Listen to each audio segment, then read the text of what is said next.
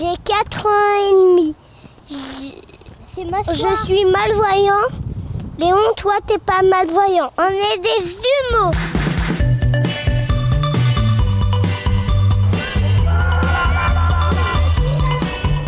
Ça fait partie des pathologies qui sont rares, donc c'est associé un peu aux maladies orphelines. Ça se développe très tôt pendant l'enfance, en intra-utérin, et ça entraîne en fait une malformation du système nerveux central, donc une malformation des nerfs optiques. Et lui, dans son cas, il a aussi en associé une malformation de son hypophyse, donc il a aussi des troubles hormonaux qu'il va avoir à vie en fait, parce qu'il est né comme ça.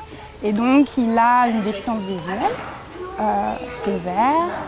Il voit un tout petit peu, des petites choses, mais il n'arrive pas à faire une image globale de ce qu'il voit. Donc c'est pour ça qu'il va apprendre le braille, c'est pour ça qu'il utilise une canne, qu'il commence à utiliser une canne pour se déplacer. Comme les essuie-glaces. Comme les essuie-glaces, c'est tout à fait ça.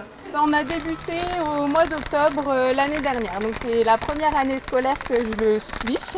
Donc voilà, on a débuté par l'apprentissage de l'après-canne, avant la canne blanche. Et là, ça fait à peine 4 séances qu'il a commencé l'apprentissage de la canne blanche. 5 séances même. 5 ? Oh bah dis donc, tu comptes mieux que moi. Et donc voilà, donc c'est pas mal du tout pour un début. Joachim, elle te sert à faire quoi la canne blanche? À détecter les obstacles. Par exemple, là, hop, point fixe, il y a la rampe. Ouais.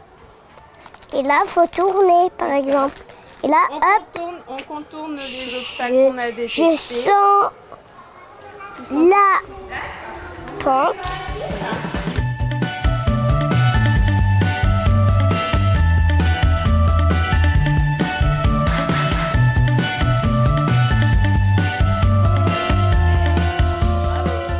Le fait de se retrouver en situation de handicap, c'est assez compliqué pour une famille. Il y a tout un tas de démarches à réaliser. Elles ne sont pas forcément simples. Et il y a beaucoup de familles qui sont vraiment en difficulté là-dessus. On est un petit peu seul face à ça, à cette espèce de montagne de dossiers administratifs à monter dans tous les sens. Nous, on a pu le faire et puis on a réussi à avoir probablement vraiment un contexte d'aide bien adapté à ses besoins. Elle est AVS en fait. Et elle s'occupe de moi si j'arrive pas à faire des choses. Joachim, il est accompagné par une AVS à temps plein à l'école, ce qui couvre les temps scolaires, mais ce qui couvre aussi les temps périscolaires, parce que la déficience visuelle n'entraîne pas que des difficultés pour les apprentissages scolaires, mais par contre entraîne aussi tout un tas de retard d'acquisition dans le développement psychomoteur et tout ce qui est l'autonomie au quotidien, par exemple le fait de manger, de s'aviser, d'aller aux toilettes, c'est quelque chose d'extrêmement compliqué, donc il nécessite aussi une AVS là-dessus.